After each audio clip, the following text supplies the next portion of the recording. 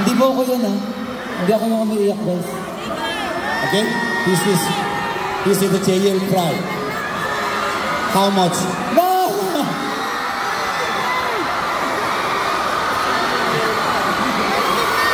Okay, through Spam, Facebook,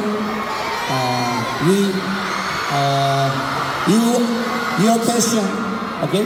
Pen question, we gathering. Oh, we pick 10 question. Okay, to you. To me? Okay, yes. This is from pen. Okay, go. Yes. Okay, we are ready. Okay, show your LED. And then, first question to... Dito po ba dapat ako? Question dito po yung side ko eh. Dito. Are you ready? Yes po, I'm ready po. Okay. Let's go!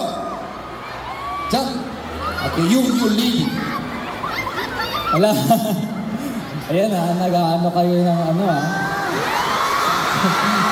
Hashtag from Shanine.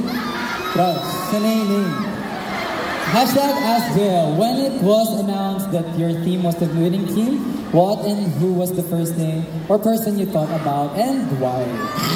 Wow. Yeah. Ano po ba to? Yung gusto niyo pong marinig o yung sa totoo? Joke lang. Hindi. During that time po, to be honest po, parang sobrang, hindi ko na po alam yung nangyayari nung time na yun.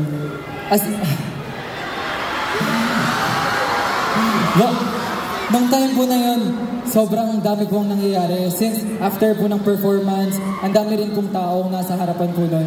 And sobrang lumilipad po yung utak ko po nun, to be honest. But one thing for sure po is, ang goal ko po kasi talaga is, hindi ko na po iniisip yung kung ako po makakapasok or what. Kasi during that time po, even kung makapasok po akong mag-isa, pero kung hindi ko po kasama yung rhythm, wala po talaga.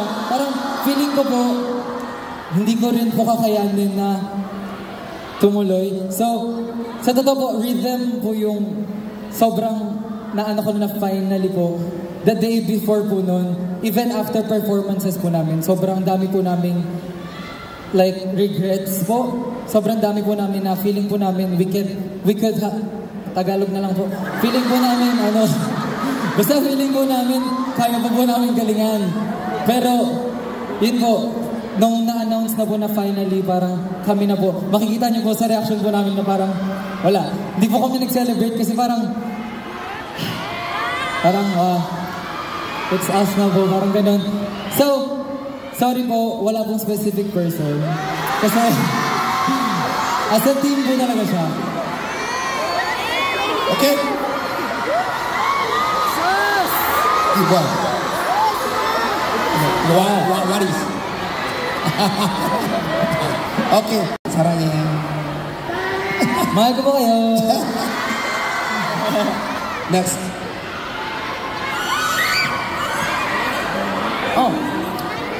From Dini C.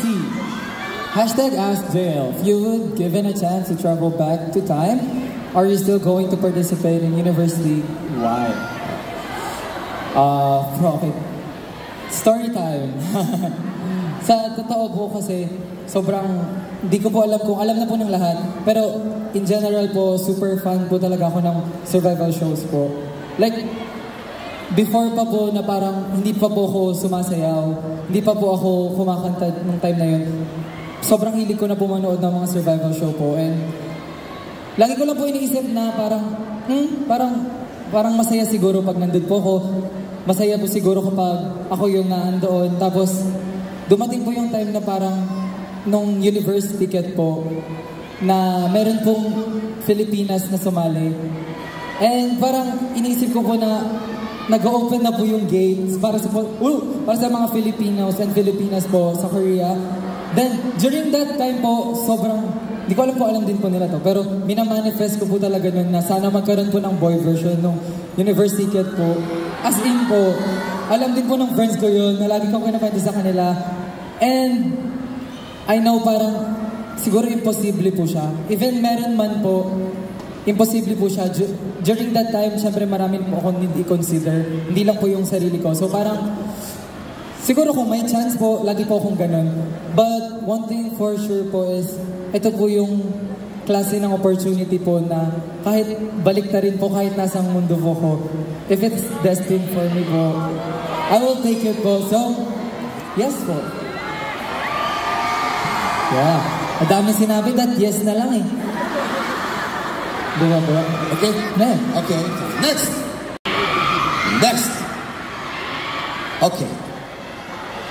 JM. As from Sir Espin Mark Anthony, JL, what is the most memorable and funny that happened to you in UL? Sa totoo, parang sobrang daming memorable and sobrang, ano po yun? Siya po yun. Hello po. Thank you po sa pagtanong po.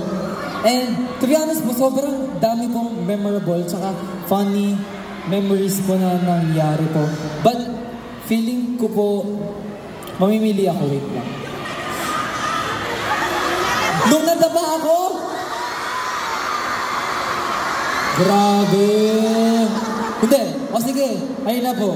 Hindi, pero ito. Guys, ito mag-explain ako guys. Kasi nung time po na yon, halos lahat ng game, sinalihan ko po noon.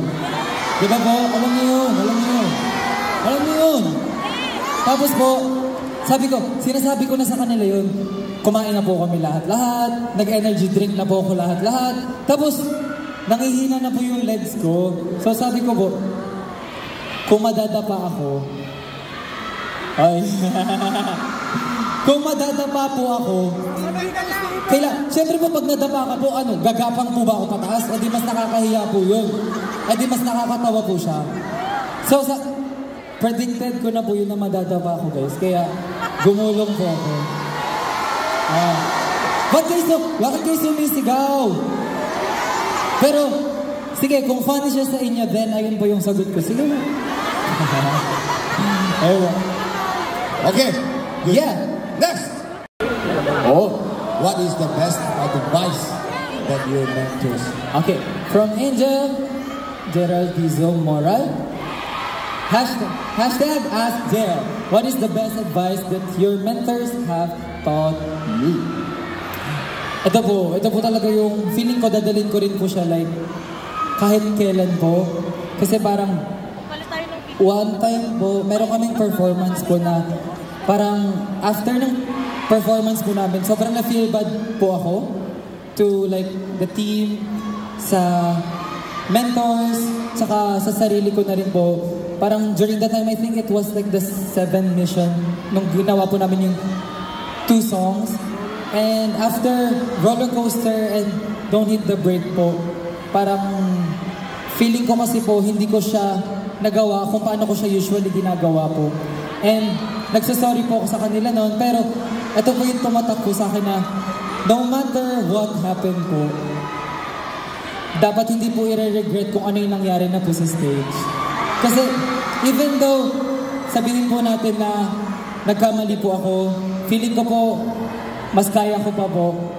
Pero it's natural po. Parang if you keep like pushing yourself down, sino po yung mag-aangat sa inyo? And the first thing po, or kung meron man po taong dapat naniniwala sa sarili nyo, ako. Sige, ako? Kayo. Tayo. Yun. Kaya, ayun po yun, na parang pag sinasabi siya sa atin, parang, okay. Pero, na-realize ko po siya during nung time na yun na kung gaano kahalaga po yung self-worth po and kung paano niyo po i-appreciate yung sarili niyo. Yes. Thank you. At dahil dyan, yung next question po, kay Tatang. Yes. Tatang, sa inyo po ang next question. Okay.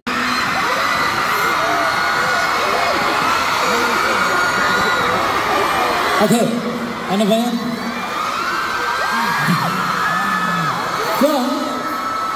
Upo po ba ko? Okay lang po ba po? Okay lang po mo po po? Okay po. Okay po. Ano ba yun? From Hannes muna.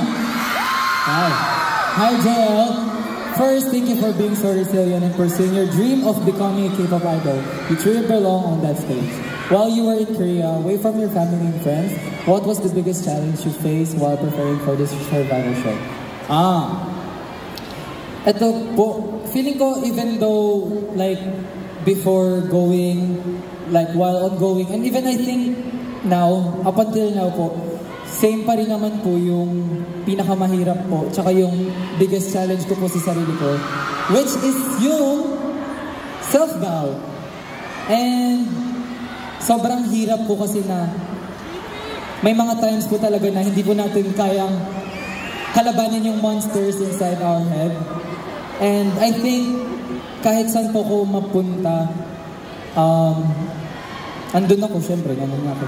Tapos po, kahit saan po pumunta, like kahit kailan po, pero once po na andyan na naman yung monsters, yung mga naiisip natin na hindi naman totoo, pero pinapaniwala natin sa sarili natin totoo, parang ayun po yung pinakamahirap po.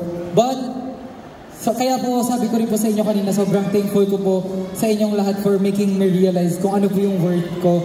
Kasi po, during those moments po, I think before po siya mag-start, grabe po talaga yung doubt ko, yung takot ko na, what if hindi po enough yung gagawin ko?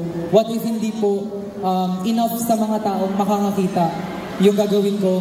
And then, sobrang lucky ko po kasi kahit simpleng post nyo po, simpleng tag nyo po, like lahat po yun, sobrang nakaka-help po. Hindi lang po sa akin, kundi po sa mga, kahit po co-fans po, sobrang nakaka-help po siya. And I think, if ever po na mapifeel nyo po ulit yung self-doubt po, just like always think po na hindi pa po natin nakikita yung sarili natin sa mata ng ibang tao po. So, yeah, you should always love yourself po. Okay, And me.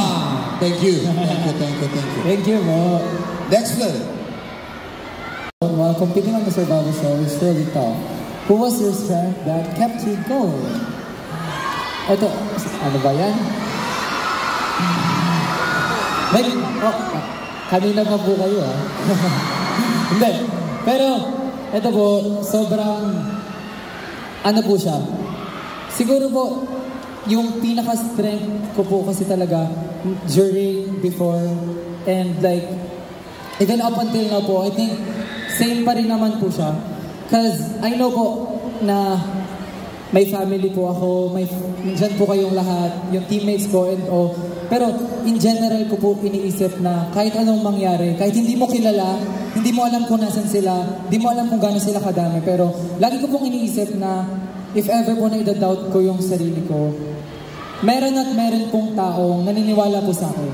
And ayun po yung iniisip ko na kahit sabihin po natin na sige, hindi ako gusto ng 10 tao pero meron 2 taong naniniwala sa akin. But still, meron po naniniwala sa akin. And ayun po yung nagiging reason ko para po mag-push through, mag-go through. Kaya po, kung nakita niyo po yung, nandun na po yung global votings po, sobrang grabe po talaga yung, niyak ako. Grabe po talaga yung na-feel ko during that time kasi parang sobrang busy po na nangyayari sa amin noon. Nakakalimutan ko na pong i-appreciate yung sarili ko. And then, nung lumabas po yung global voting, nakalimutan ko po na maraming taong naniniwala sa akin na hindi ko nakikita. Kaya, baka ma-apply nyo rin po siya sa sarili nyo. Even though, hindi nyo alam kung ilan, kung onti man po, as long as may naniniwala po sa inyo, you have to push through. Yeah. Yeah. Yeah. Yeah. 이거 봐. Can you read Korean? 네. 해봐. 포기하고 싶은 건 순간이 있었나요? 무엇이 당신을 계속 나에게로 만들어 있나요? 야. Wow. Okay. Basahin ko rin po English. Has there ever been a time when you felt like giving up? What made you keep going? Ito po, to be honest po, never po sumagi sa isip kong mag-give up po. Like, even though parang sobrang hirap po, physically, mentally, emotionally, mahirap po siya. But, never pong sumagi sa isip ko talaga na mag-give up po. Bukod po sa pag nag-give up ako, sinukuhan ko po yung sarili ko. Hindi, bukod po doon, marami po akong taong sinukuan. And alam ko po na coming po sa university, it's not gonna be easy po. And seeing pa po na marami rin pong, like sa inyo po, marami pong tao na ako yung nagiging reason daw kung bakit po sila hindi nag-give up. Bakit po ako mag-give up kung yung ibang tao nga, meron silang reason to move forward and ako pa po yun. And ayun po, let's not give up po. Di ba po? Never give up. Yeah. So, ayoko na, naiyak ako eh. Okay, next. From LOC, if you could collaborate with any artist, local or international, for a dream project, who would it be and what kind of music or theme would you want to explore together? Your supporter since training days. Wow, thank you po. Sa totoo po, sobrang dami po talaga artist na nasa isip ko po. Kasi po, syempre po, ang tagal ko na rin pong fan ng mga K-pop idols, ng mga P-pop idols, local artists po natin. But I think po, kung ko-collaborate po, I think, yes, tama po. Feeling ko, yung Kangmang Mingo mo namin, sila, kanan yung Kangmang Mingo. Like, even before po, nilulook up ko na po sila, pero pag nakakasama po namin na sila sa shoot, like, seeing po na parang before, sa phone ko lang sila nakikita, tapos now po, may ganitong klaseng connection pa po yung meron sa amin. Ayun po talaga yung inaano ko kasi sila pa po mismo yung lumalapit po sa amin. Like, even after po nung university po, like, nagme-message pa rin po sila sa amin, tapos, yeah, totoo po yun. Kaya po, siguro po, kung meron man po na kasama yung ahok po, syempre, yung Kangmang Mingo muna namin po. Okay. Yeah. Baby. Hashtag Ask Jel. Hi Jel, can you once again perform Little Prince and Beautiful? These are the songs you perform with Park Han and during our audition in Europe, but we only see it in social media. We would love and hope to witness it live during the Fan Day. Please, thank you so much. Please! Please! Gusto niyo po ba po? Ala, ang hirap nun. Tawagin na po natin si Hanyong. Wala. Hindi. Pero, okay lang po ba na if ever, until first chorus po, okay po ba yun? Okay. Seryoso po? Okay, you, me. Bayad po kayo? Paka. Pagising ko po, may message. Si Tripic daw. Tapos, sabi ko po, alam niyo po sabi niya, hindi nag-share ako na, naiiyak ako, ganito, ganyan. Parang, di ko alam ganyan, sabi niya, no, you can do it. You have the power of Tripic. Anong kulit? Talaga, kapag pinanood niyo to, sinabi ko sa kanya, sasabihin ko sa inyo yun. Bala siya. Hey, Jel, my question is, did you ever have a particular moments where you down and giving up? If so, how did you gain your confidence to get back on track and keep going for your dreams? Message. Ako. Message.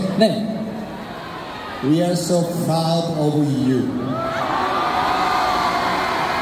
Thank you so much for inspiring many people, not just in the Philippines, but all over the world. Keep shining. We are always here for you and for the A-Hole. Wow, naiyak na naman siya. Ayun. Kaya po nasabi ko kanina, never ko pong naisip na mag-give up. Pero siguro po pag may moments po na nawawalan na lang ako ng confidence sa sarili ko po, kung paano ko po nare-regain yun, and kung paano po ulit ako Ba't kasi po English eh. Ano po ba ito? Ayun, basta kung paano po ulit ako nagpapatuloy po. I think, if may moments man po, talaga na nawawalan tayo ng confidence and feeling po natin, gusto nating umiyak, gusto nating malungkot, maging malungkot, it's valid po. Iiyak niyo po siya lahat. If gusto niyo po siyang iiyak, i-feel niyo po kung ano yung nafe-feel niyo. As long as, kung alam niyo po na ayun lang yung bagay na kaya niyong gawin as of the moment. Kung malungkot po kayo, kung wala po kayong confidence, yeah, it's natural kasi tao po tayo. But gaya nga po ng sabi ko, marami pong tao, ibang tao, na sobrang taas ng tingin sa atin. But since hindi po natin nakikita yun, from their POV, hindi po natin nafe-feel sa sarili natin yun. So, hindi nyo man po kilala kung sino yung mga taong yun, but hindi po imposible na walang ganong klaseng tao. So, don't ever force yourself to be happy. Don't ever force yourself to be okay if you're not really okay. Kasi lahat po nang dadating sa inyo magiging forced din. So, feel nyo po kung ano yung nafe-feel nyo because everything is valid. Kasi tao po tayo. Diba po? Tama po. Right? And, sobrang thank you po sa message. Thank you. Thank you. Okay?